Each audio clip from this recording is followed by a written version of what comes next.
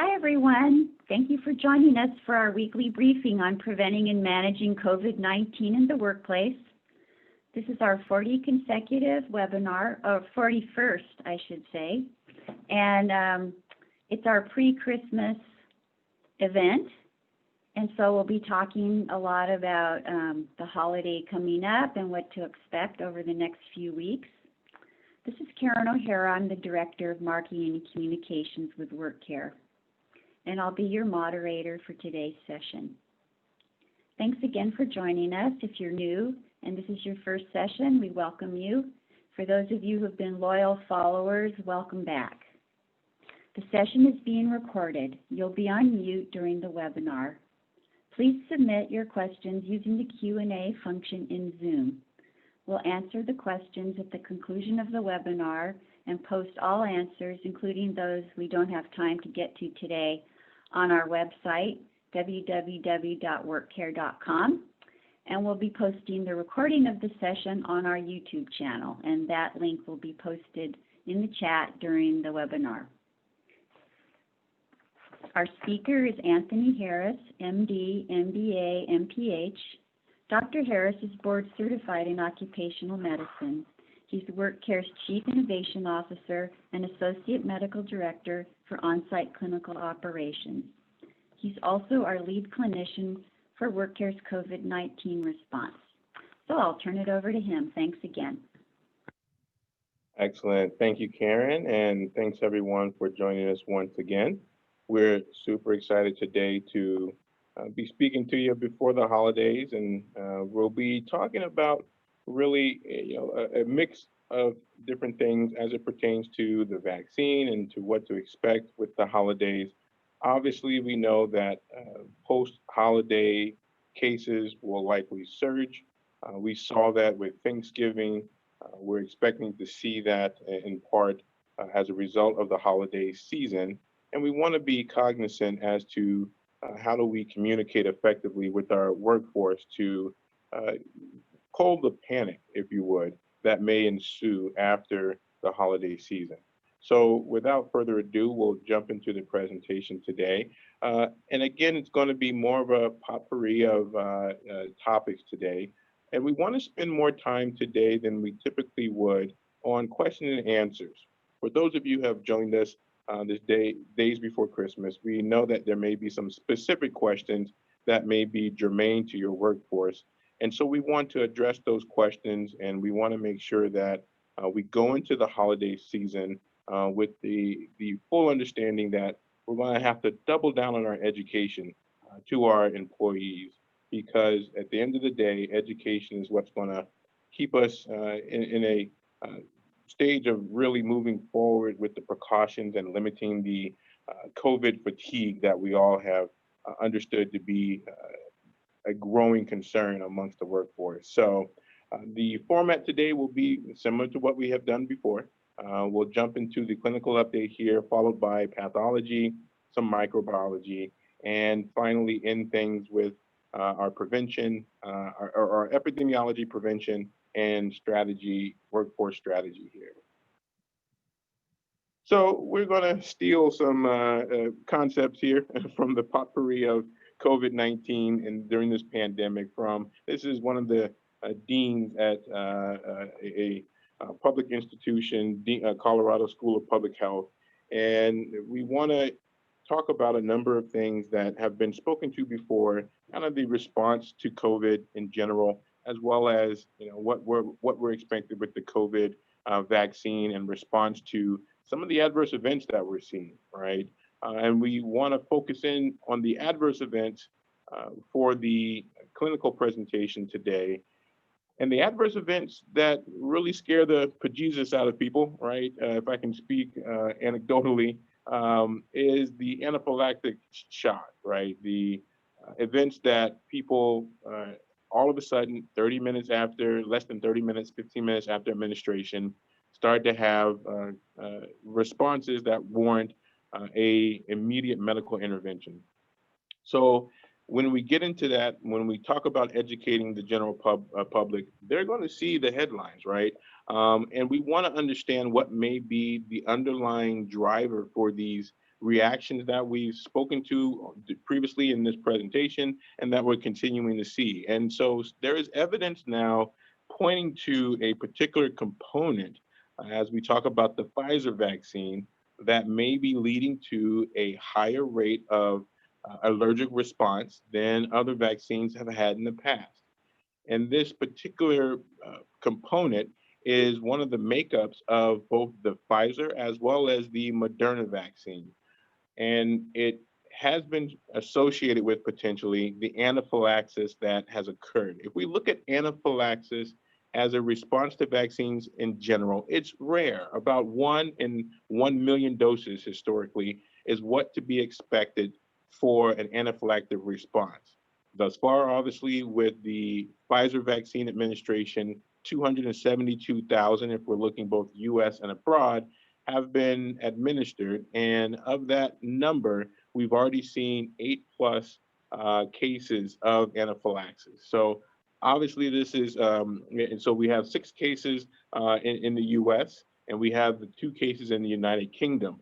So we know the rate of anaphylaxis here for this particular vaccine is higher than what we would typically see with historic vaccines in the past. So what could be, again, driving that? We're pointing to a component called PEG, polyethylene glycol. What is polyethylene glycol? We'll get into that here in a little bit, but we know that both FDA, CDC are looking into the potential causes as well as the manufacturers themselves as to this potential hypersensitivity and fully understanding it so that we can prevent these events from happening as well as educate patients who may be at risk for having this type of response. And we want to get into the pathology of this. When we talk about anaphylaxis, again, we're talking about a immune response that's immediate. And we know that there has been a really focused effort to capture these events as well as other minor adverse events for COVID-19 vaccinations. We spoke to this briefly before. We mentioned the vaccine adverse event reporting system that has been in existence since 1986 for reporting adverse events in the US in regards to vaccines. And this is going to be one of the mainstays for reporting COVID-19 events during administration initially as well as long term. And this process is open to the public, meaning that a patient who receives the vaccine can go online and report directly or call and report directly a adverse event. So these are unverified adverse events in regards to a causal association with the vaccine. This process, again, has been around for some time, but the government has taken an extra precaution to put in place monitoring for COVID-19 vaccines, specifically because of the public concern around the rapidity of which this vaccine has come to market. And so back in September of this year, CDC put forth enhanced measures for monitoring adverse events.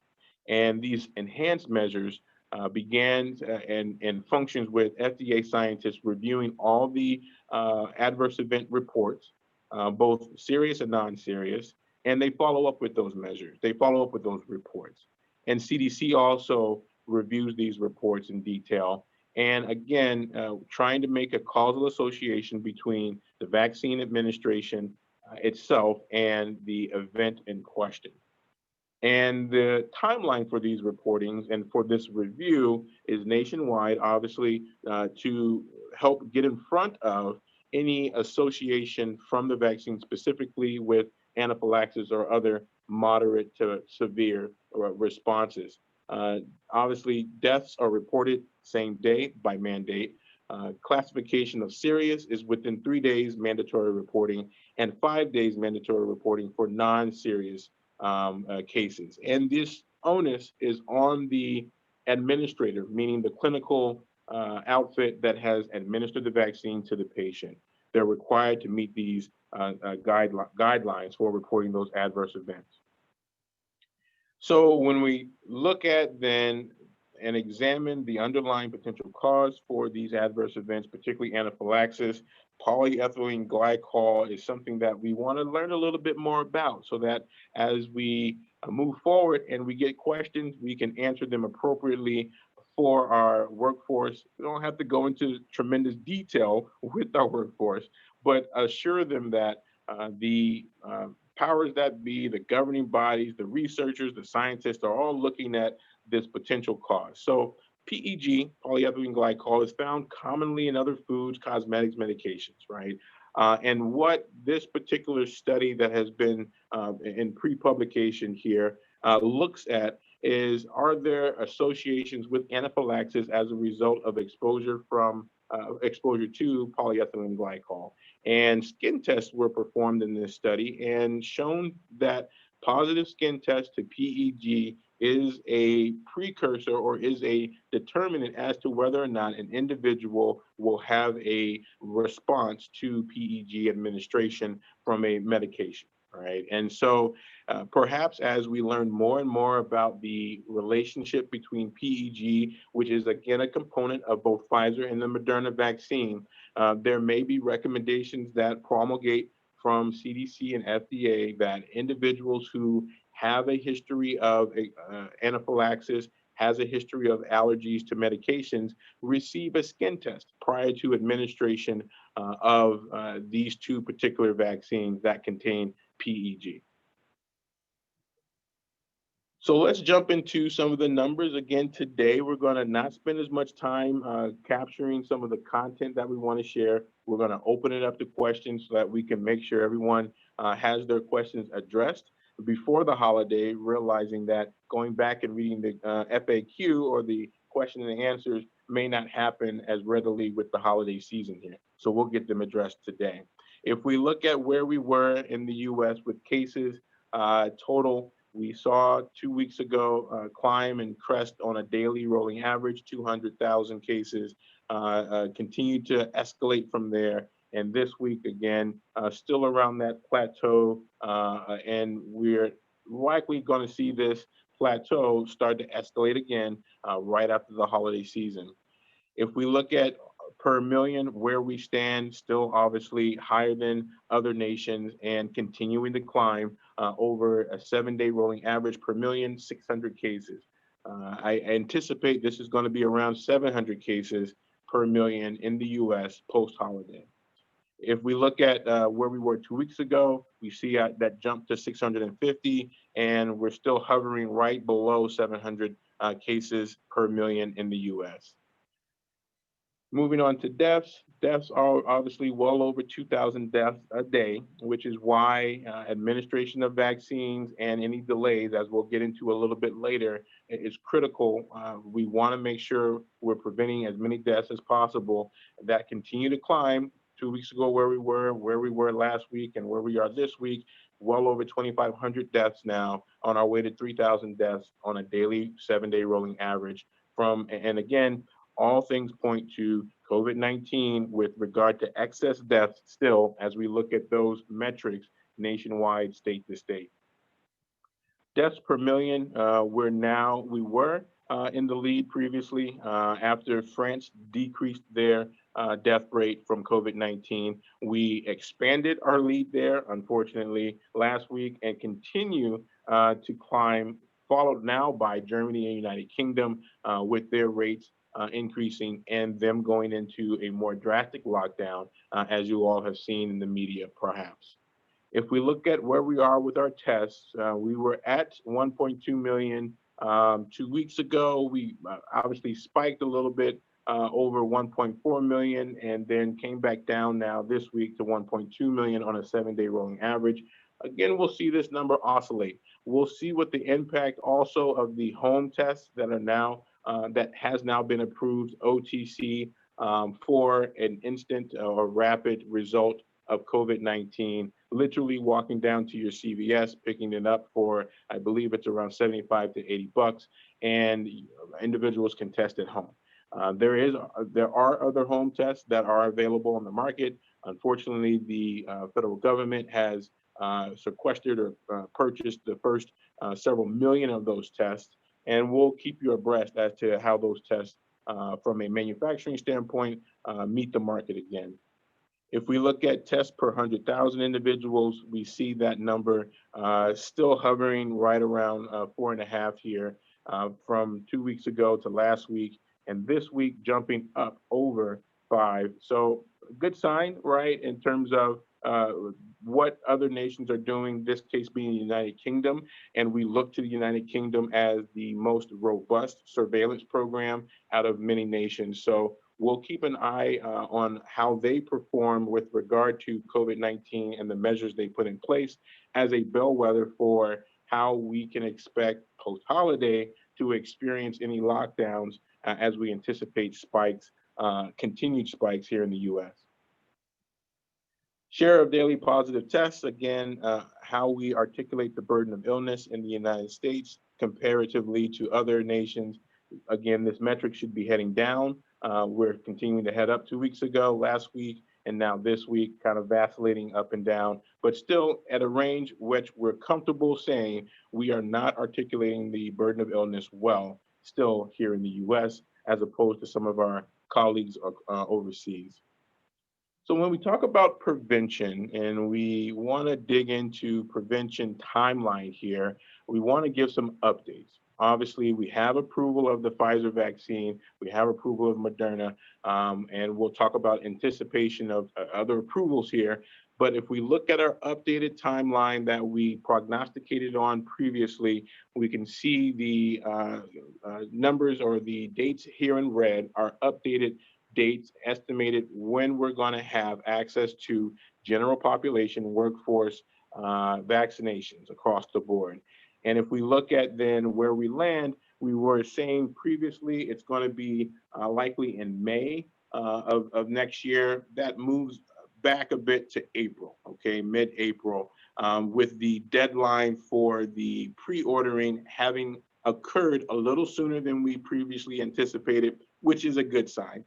And administration happening a little bit ahead of schedule here, obviously beneficial for the first 1A tranche of administrations, the frontline workers in the hospitals, clinics, and as well as those individuals in long-term care facilities. And then when we look to March for the mass administration, or pre-ordering, if you would, ordering for the states, and by order to order the millions, we anticipate that to be drastically lower than previously expected. And we'll explain that a little bit more here in a second. Well, actually, we can explain it now. One of the things that has limited the US with administration of vaccinations is supply. We talked about supply and demand last week. That continues to be a very prominent issue with anticipated numbers of vaccine doses given to each state. And when we talk about the once hopeful vaccines that were going to be approved, we'll speak to in a second here what has happened to cause a shortage in supply as we have seen here in the last week of administration. One of the kind of potpourri things we want to talk about is communicating safety and adverse events to our general workforce, and how the government is prepared to capture broadly these type of reports, both from the general public as well as the clinics. We talked about the timeline and the requirements for vaccine administrators to report adverse events. But the government is taking it one step further and launched an effort, it's called a VSafe, which is an app that you can download. And once you receive your vaccine, you can access this app and you can report on any time scale any adverse events you believe associated with your COVID-19 vaccination. And so this information will be captured in addition to the adverse events reporting that we talked about and spoke to previously. Again, another measure that has been put in place to help allay concerns that these events are going to happen in a vacuum and not be captured and adequately responded to by FDA, CDC, and the healthcare community. So when we spoke to the approvals that have already happened, we know Pfizer was approved December 11th, Moderna was approved last week as well, and we were anticipating AstraZeneca approval as well.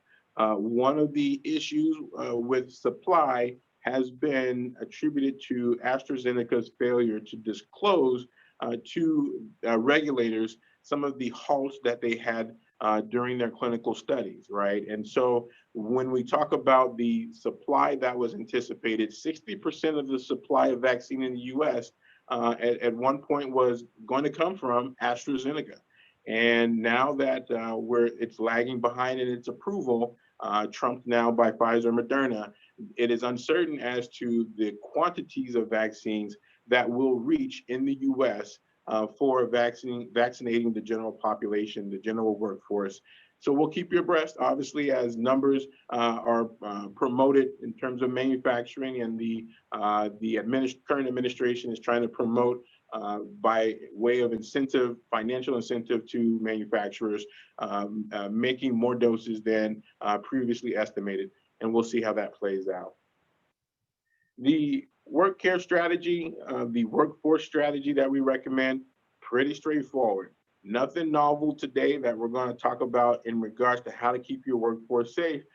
We want to just reinforce the messaging, right? Albeit not at the level of previous presidents going on. I did a radio interview on POTUS on XM Radio show, and we were talking briefly about how presidents are going to continue to come forward, and leaders as well as celebrities are coming forward to be publicly vaccinated, much like you've seen so far with our presidential leadership, Vice President, and even Tony Fauci being publicly vaccinated, right? And so we want to go into that a little bit just to educate you so you can educate your workforce what that experience is like. And I'll give you that firsthand experience anecdotally as I received my vaccination this past Monday.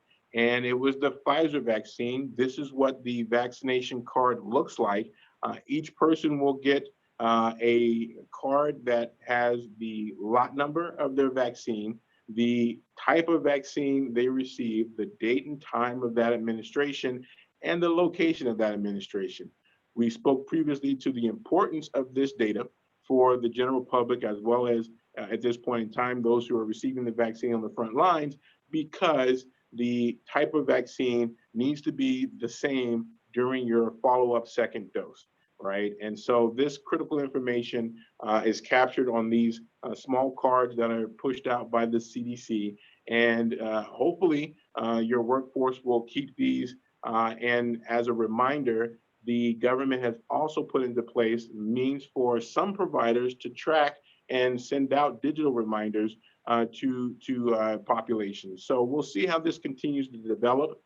There are no across-the-board solutions that we've seen so far promulgated by governmental agencies state to state that will permit tracking. It's more of a fractured approach to the administration and tracking of vaccines. But I'm certain the private industry, as we are at WorkCare, are working to provide solutions to our employers for both tracking vaccinations, certainly those that we're administering in partnership with you all, as well as the general public. So we'll keep you, again, abreast of those developments. So with that, again, we're anticipating that our strong measures that we have in place for social distancing, mask wearing, et cetera, will continue for easily 6 months to come. We'll see a spike this holiday, post-holiday season, anticipating perhaps more of a spike after the New Year's, in which celebratory participants are slightly more inebriated than Christmas time. And we'll see how that pans out comparatively to the Thanksgiving, post-Thanksgiving spikes. But again, we anticipate it, and we have to know that measures will need to be continued to be adhered to in the midst of all the holiday celebration. So with that, we're going to open it up now to questions, and hopefully we can get through all of your questions today.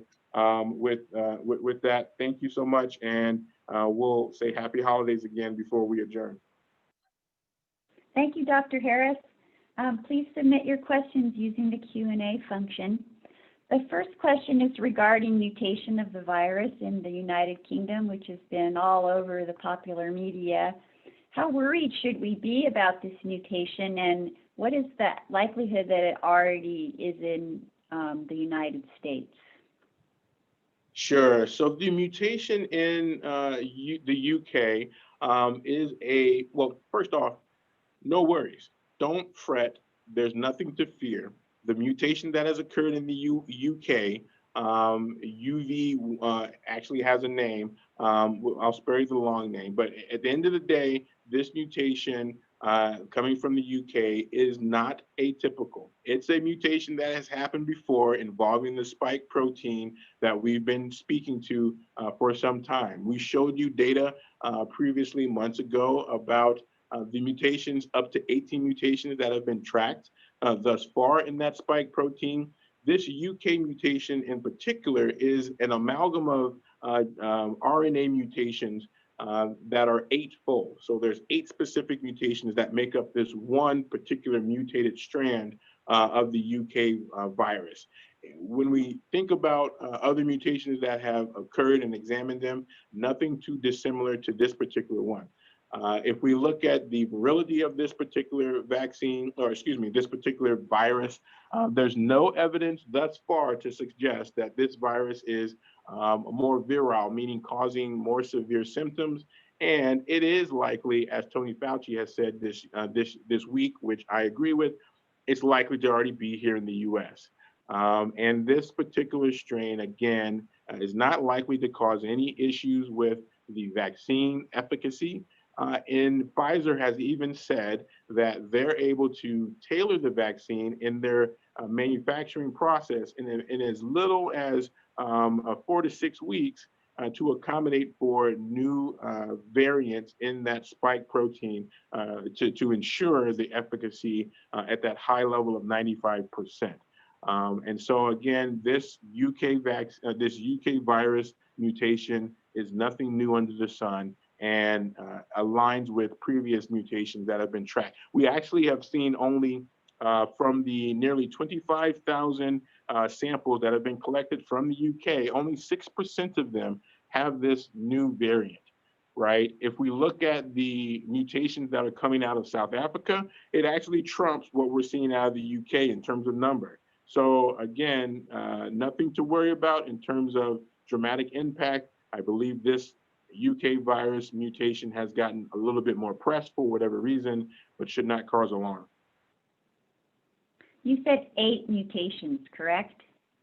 Correct. There's an amalgam of Okay. 8-point mutations within this one variant UK virus strand. Okay. Next question. Does WorkCare recommend using the newly approved Anagen rapid test in the workplace?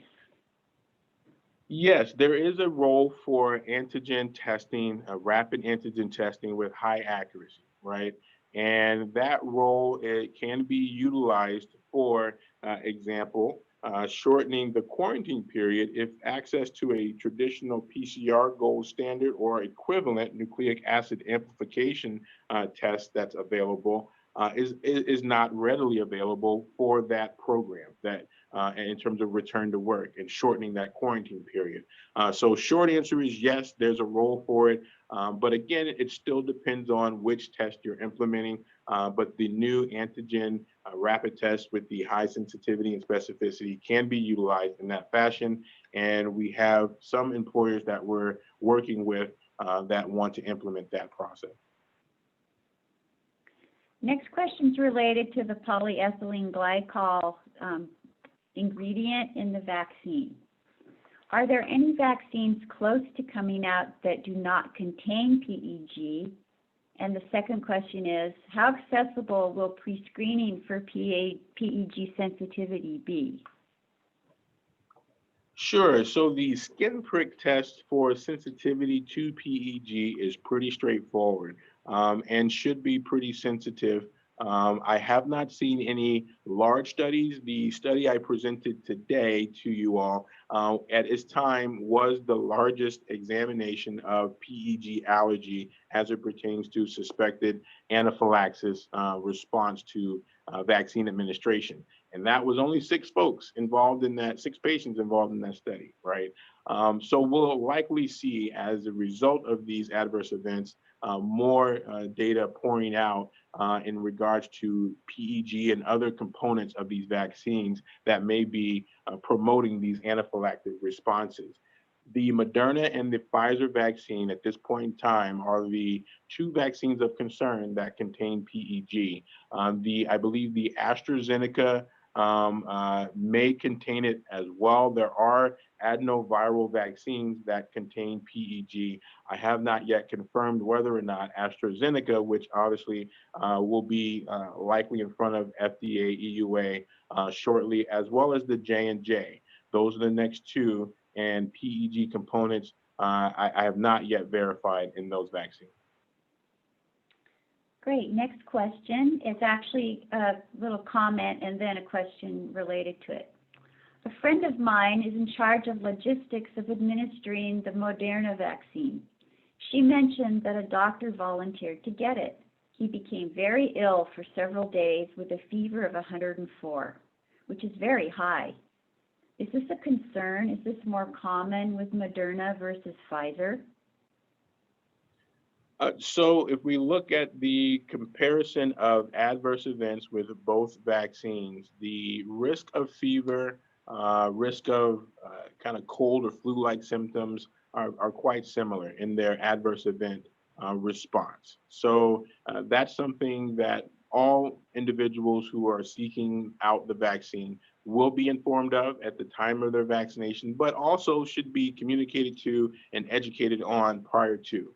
That fever, albeit a high, fever of 104, can occur and can occur with other vaccines as well in your body's normal response to building immunity to whatever vector it's trying to develop protection against. So there has not been any data that I've seen yet that comparatively in this kind of phase 4 period that we're in with regard to clinical observation, pointing to Moderna causing more side effects from a fever or a systemic standpoint than the Pfizer. Now, the next question we've addressed in the past, but we're going to repeat it because others may be interested or have missed your reply in a previous session. Can a private employer require a COVID vaccination as a requirement of employment? This is with the understanding that there may be a state-specific requirement or something else jurisdictional. So the short answer to that is, as we spoke to last week, yes. Legally, the opinions have been pushed forward from legal experts in the U.S. that because EEOC, ADA, OSHA has come out and said previously in the spring and summer, employers can require testing for COVID-19 under the general duty clause to protect their workforce. They also will be able to legally require vaccinations. And again, is there precedence for this?